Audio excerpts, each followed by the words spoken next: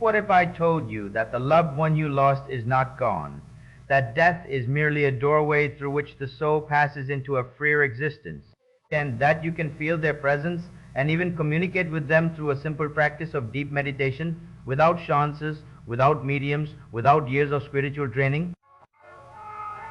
What if your grief, though natural and human, is actually keeping them bound to the earth plane when they should be advancing toward greater light and freedom? This is not fantasy, nor is it denial of genuine loss. It is spiritual science revealed through direct perception across millennia and confirmed by every master who has pierced the veil between this world and the next. As Paramahansa Yogananda, I have witnessed the continuity of consciousness beyond death through deep meditation and astral experiences. I have communicated with departed souls, including my own beloved Guru Sri Yukteswar, who appeared to me months after his passing to explain the nature of the astral realm. If you are suffering from the loss of a family member and seek not just comfort but actual spiritual understanding and connection, comment below, "I unite with the divine and my reality transforms." This declaration opens your consciousness to receive the truth that transcends death and transforms grief into grateful communion. The agony of losing a beloved family member is perhaps the most intense suffering human beings endure. When death takes your mother, your father, your spouse, your child, the pain feels unbearable, as if a part of your own being has been torn away. The conventional approach to grief offers sympathy, time for healing, perhaps therapy, or support groups, all of which have their place. But these approaches operate from a fundamental assumption that death is the end, that your loved one is truly gone, that you will never see them or communicate with them again. This assumption, though nearly universal in modern society, is completely false.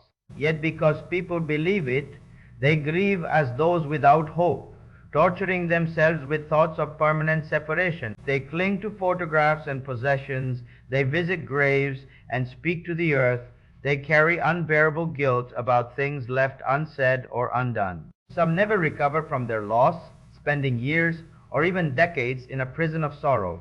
Why does this happen? Because they do not understand the spiritual truth about death, that it is not an ending but a transition, not a wall but a doorway, not separation but simply a change in the form of relationship. From my earliest years, I was intensely curious about death and what lies beyond. When my beloved mother passed from this world during my youth, the grief threatened to overwhelm me. I cried, "Oh mother, where have you gone?" But through meditation and the grace of my guru, I came to understand a profound truth. She had not ceased to exist. She had simply removed the physical costume and continued her soul journey in a subtler realm. Years later, after my guru Sri Yukteswar left his body, he appeared to me in solid visible form in a hotel room, not as a vision or imagination, but as a tangible materialization. He explained to me the nature of the astral world where souls go after death, a realm of light and beauty where thought creates reality instantly, where there is no pain or limitation as we know it on earth, where souls continue to learn and evolve. This was not belief or hope, it was direct perception and experience. From these encounters and from decades of deep meditation where consciousness expands beyond the body, I know with absolute certainty your loved ones are not dead. They have simply graduated from this school called earth and moved to a higher grade of existence. The mechanism of death and what follows operates according to spiritual law that is as precise as physical law. When the soul leaves the body at death, it carries with it all memories, all personality traits, all loves and attachments accumulated during that lifetime. The physical body is merely a costume worn temporarily, like clothing you remove at night. The soul, your true identity, is eternal, indestructible, beyond birth and death. After leaving the body, most souls enter what the ancient scriptures call the astral world, a realm of subtle energy and light that interpenetrates and surrounds the physical plane.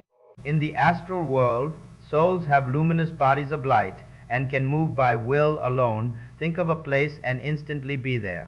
They experience great peace and beauty, and they can see and feel the love sent to them by those still on earth. But here is the crucial understanding. Souls in the astral realm remain connected to those they loved on earth through bonds of affection and karma. When you think of your departed loved one with love, they feel it. When you pray for them, the prayer reaches them as actual light and blessing. But when you grieve excessively, when you cannot let go, when your attachment is desperate and selfish, that too reaches them and can actually hold them back from advancing to higher states of consciousness. Your subconscious mind, which operates through the laws of thought and subtle energy, creates these connections across the veil between worlds. I will now teach you a specific practice that can transform your grief and establish conscious communion with your departed loved one. This technique has brought peace to thousands who were suffering unbearable loss. Begin by sitting in meditation posture with spine erect in a quiet room. Close your eyes and practice deep breathing to calm your body and emotions. Inhale slowly to a count of 8, hold for 8, exhale for 8. Repeat 6 times until you feel your nervous system settling. Then practice the Hong Sao technique for at least 15 minutes to focus and uplift your consciousness. Observe your natural breath without controlling it, mentally repeating Hong on the inhalation and Sao on the exhalation. I am He, affirming your identity with infinite consciousness. As your mind becomes still and concentrated, you will begin to feel the peace that is always present beneath the waves of emotion. From that peace, which is a taste of the divine presence, consciously reach out to your departed loved one. Focus your attention at the spiritual eye, the point between the eyebrows, and inwardly speak to them, not with desperation, but with love and trust. Say silently, I know you are not dead, but living in a freer, more beautiful realm. I send you my love. I bless your forward journey. I release you from any selfish attachment that would hold you back. I am happy for your freedom. Then sit in receptive silence, feeling rather than thinking. Often, you will sense their presence, perhaps as warmth, as peace, as a feeling of being held or watched over with love. Sometimes, you may see their face in your inner vision, or feel them communicating reassurance. These are not imagination, but actual soul-to-soul contact occurring through the medium of concentrated consciousness. Practice this daily, and the grief that once crushed you will gradually transform into grateful communion, into the understanding that love does not end with death, but continues in a different form. Use the powerful state of quietude before sleep, those 60 seconds when your subconscious is extraordinarily receptive, to send love and blessings to your departed family member. As you lie in bed, bring their image to mind with tenderness. Place your hand on your heart and inwardly declare with feeling, you are safe in God's hands. You are free and at peace. I release you from all earthly attachments. I command, not request, but command from my soul's authority that divine light surround you and guide you on your upward journey. Though I cannot see you with physical eyes, I know we remain connected through the eternal bond of love. One day we will reunite, but until then, be free, be blessed, be at peace. Visualize them surrounded by golden white light, happy and liberated, no longer suffering or limited by the body's constraints. Feel gratitude that they are released from pain, from aging, from the heavy limitations of physical existence. These impressions, planted in your subconscious before sleep, will reprogram the pattern of grief, replacing desperate attachment with wise love, replacing the vibration of loss with the vibration of continuing connection. Your subconscious accepts what you impress upon it with feeling in this receptive state. And gradually, your entire experience of their passing transforms from tragedy to transition, from ending to continuation. Within 24 hours of beginning these practices with sincerity, you will notice shifts in how you experience your loss. Perhaps you wake from sleep feeling a strange peace, as if some burden lifted during the night. Maybe you sense their presence near you at unexpected moments, a familiar feeling, a scent, a sense of being watched over with love. You might receive signs that bring comfort, their favorite song playing at a meaningful moment, a dream where they appear peaceful and happy, a synchronicity that feels like their way of saying, I am here, or the shift may be entirely internal. You find yourself able to think of them without the crushing weight of grief, able to remember the good times without being destroyed by the fact that those times have ended. These are not coincidences, but the natural results of spiritual law. When you reach out in meditation with love and faith, the veil becomes thin, and communion becomes possible.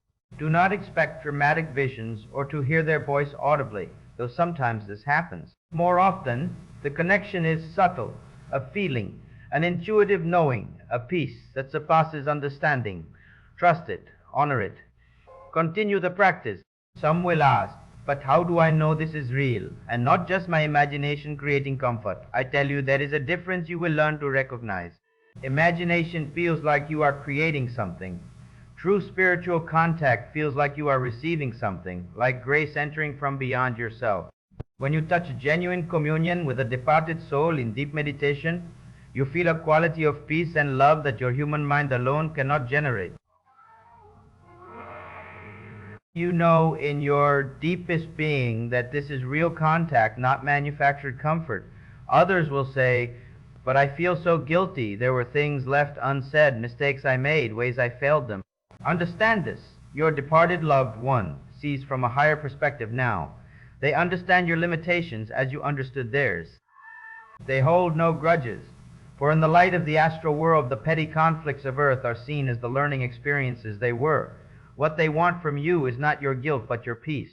They want you to live fully, to learn the lessons your shared time taught, to grow from the experience of loving and losing, and eventually to join them when your time comes. But not before you have completed your own earth work. Send them love, send them blessings, but do not send them guilt or desperate attachment. These help neither them nor you. I encourage you to shift your questions from why did they have to die to what am I meant to learn through this loss? Death is part of life's curriculum, one of the supreme teachers.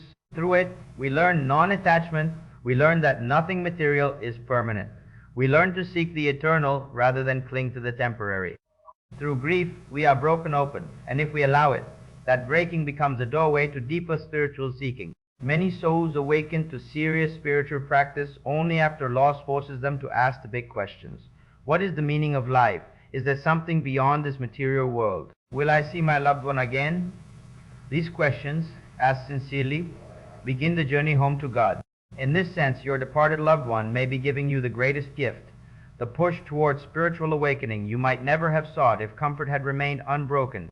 Remember also that those who have passed on often try to comfort and guide those they left behind, but their subtle communications are usually missed because grief creates so much emotional static. When you calm your mind in meditation, when you create inner silence and receptivity, you become able to perceive what was always there, their love, their presence, their attempts to reassure you. Some departed souls visit in dreams with messages of peace.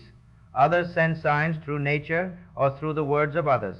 Some remain close for a time after death, watching over those they love, before gradually moving to higher planes. Your meditation practice creates the clear channel through which these subtle communications can be received. Make it your daily discipline, not just for a week or month, but as a permanent practice that will serve you all your life and prepare you for your own eventual transition. As we conclude, I call you to make this commitment for the next 30 days. Practice daily meditation specifically to commune with your departed loved one and to transform your grief into grateful communion. Use the Hong Sao technique to calm and concentrate your mind, then consciously send love and blessings. Each night before sleep, use the 60-second state of quietude to impress your subconscious with the truth that death is not the end, that your loved one lives on, that your connection continues. Read spiritual texts about the afterlife, including the chapter in my autobiography of a yogi where Sri Yukteswar explains the astral realm. Surround yourself with this truth until your subconscious accepts it fully. Comment below, I unite with the divine, and my reality transforms to seal your commitment. Subscribe and activate notifications to continue receiving these teachings that bring light to life's darkest moments. Share this message with anyone suffering from loss. Remember, your loved one is not in the grave.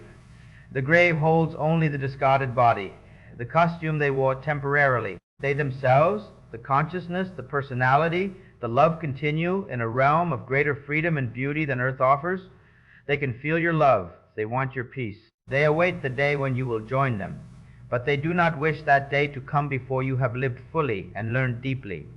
Grieve honestly but not desperately. Miss them genuinely but without attachment that binds. And know with certainty that love is stronger than death, that consciousness is eternal, and that you will meet again in the light. May your grief transform into communion. May your loss become the doorway to spiritual awakening. May you discover that those who have passed on are not gone but simply unseen, not dead but more alive than ever, waiting in realms of light for your eventual reunion.